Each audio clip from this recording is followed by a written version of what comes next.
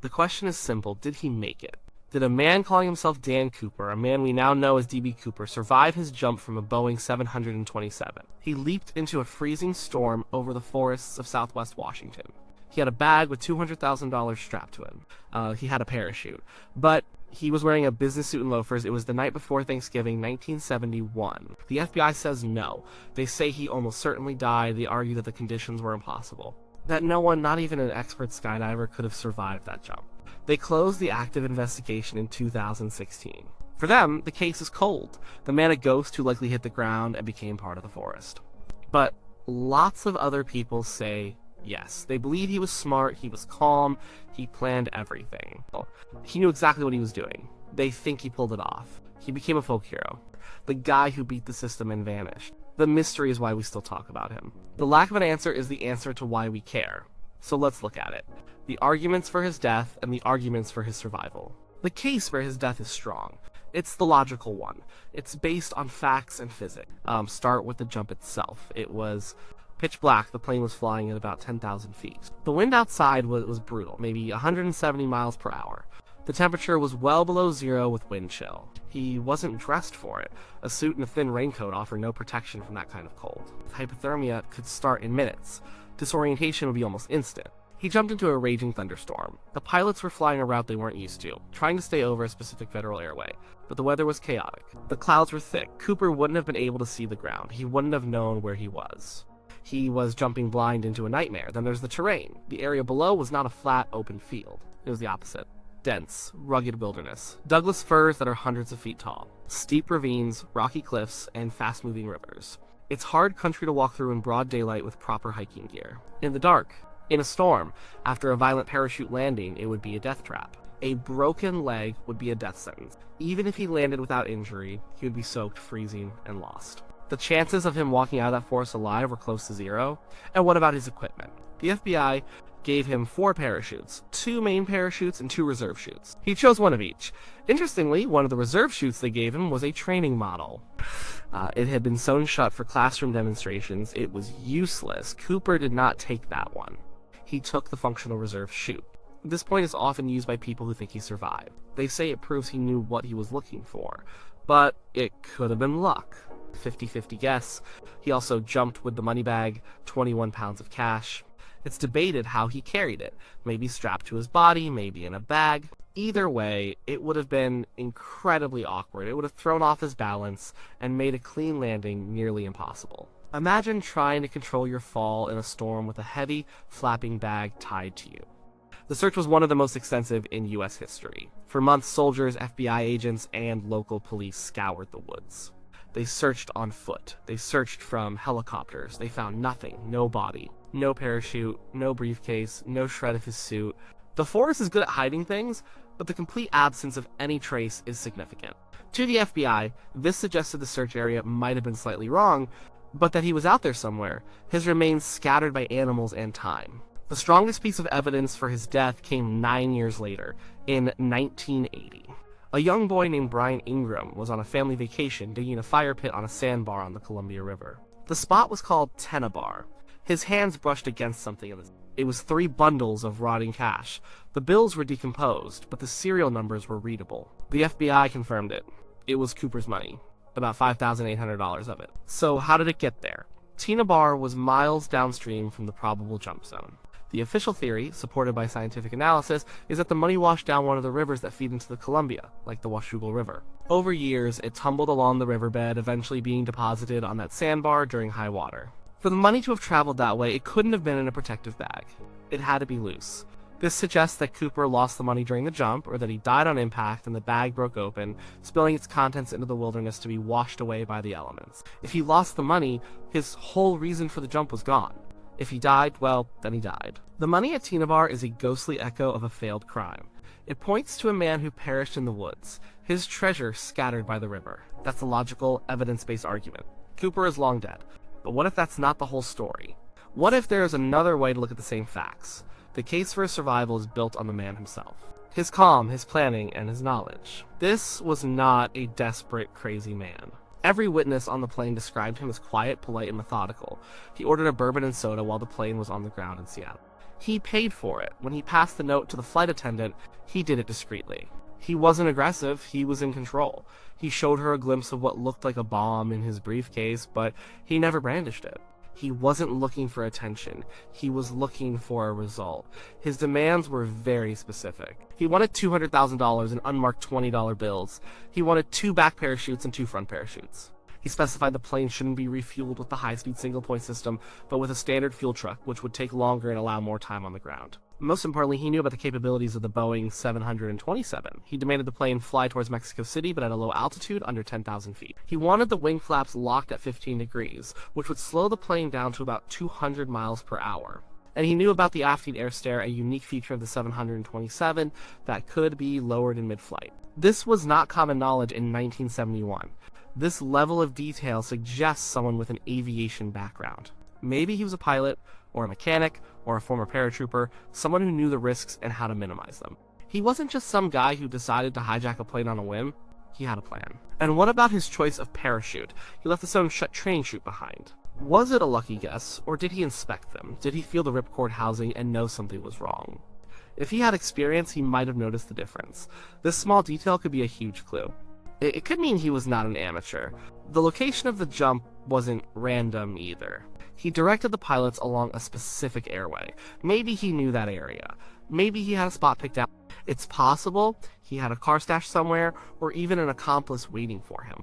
The idea of him landing in the middle of nowhere and just walking out seems impossible. But what if he didn't land in the middle of nowhere? What if he landed exactly where he planned, near a road or a cabin he knew? The search was massive, but it was still a search for a needle in a gigantic haystack.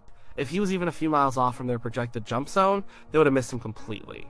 The fact that nothing was ever found, no body, no chute, can be seen as evidence for his survival. A dead man and his gear would eventually be found. A parachute canopy is huge and brightly colored. It would get snagged in trees. A skeleton can last for decades. The fact that the forest has kept its secret so well for so long could mean there is no secret to keep. He could have landed, buried his parachute, hidden the money, and walked away. A smart, prepared man could do that. So, what about the money on Tina Bar? The survivalists have an answer for that too.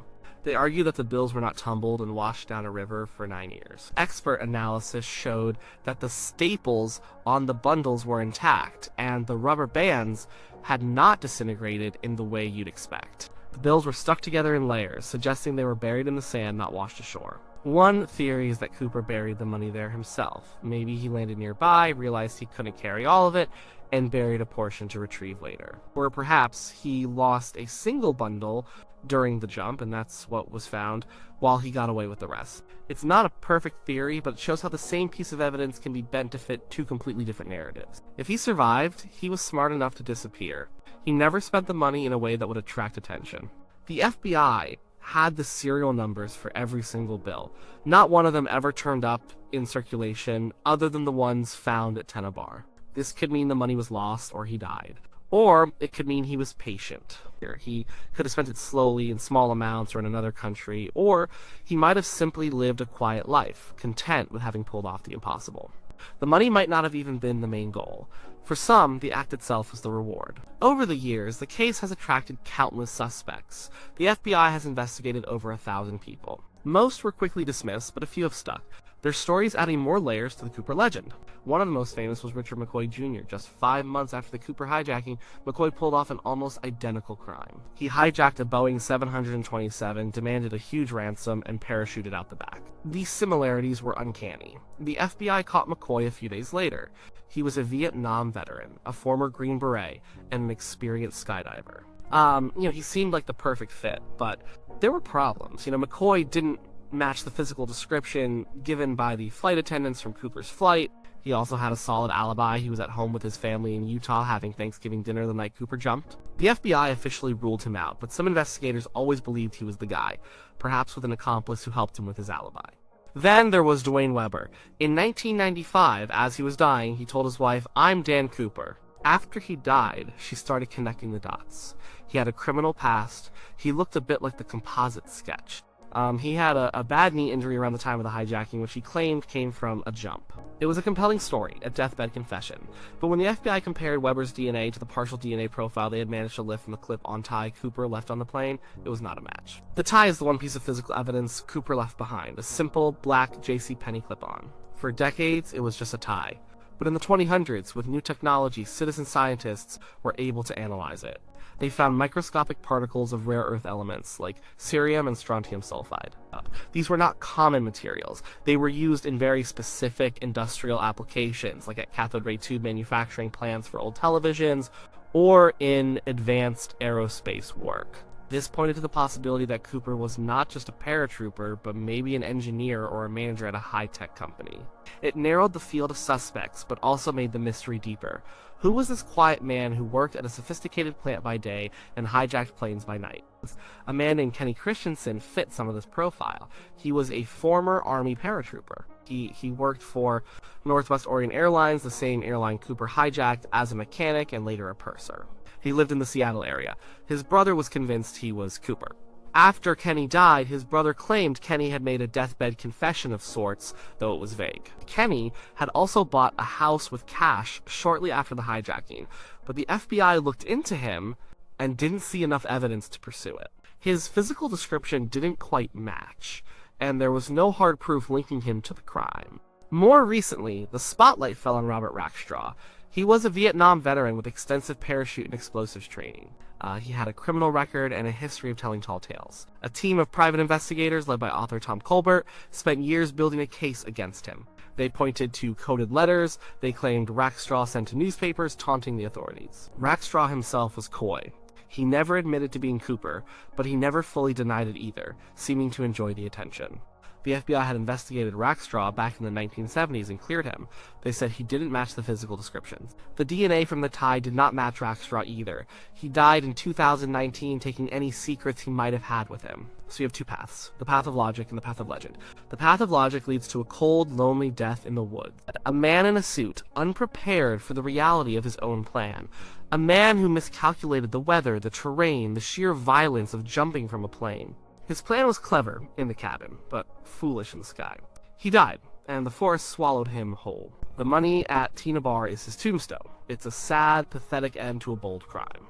The path of legend leads to a moonlit clearing, a soft landing, and a waiting car. It leads to a man who was smarter than everyone else. He was a professional. He knew the risks and planned for them. He had the skills of a soldier and the mind of an engineer.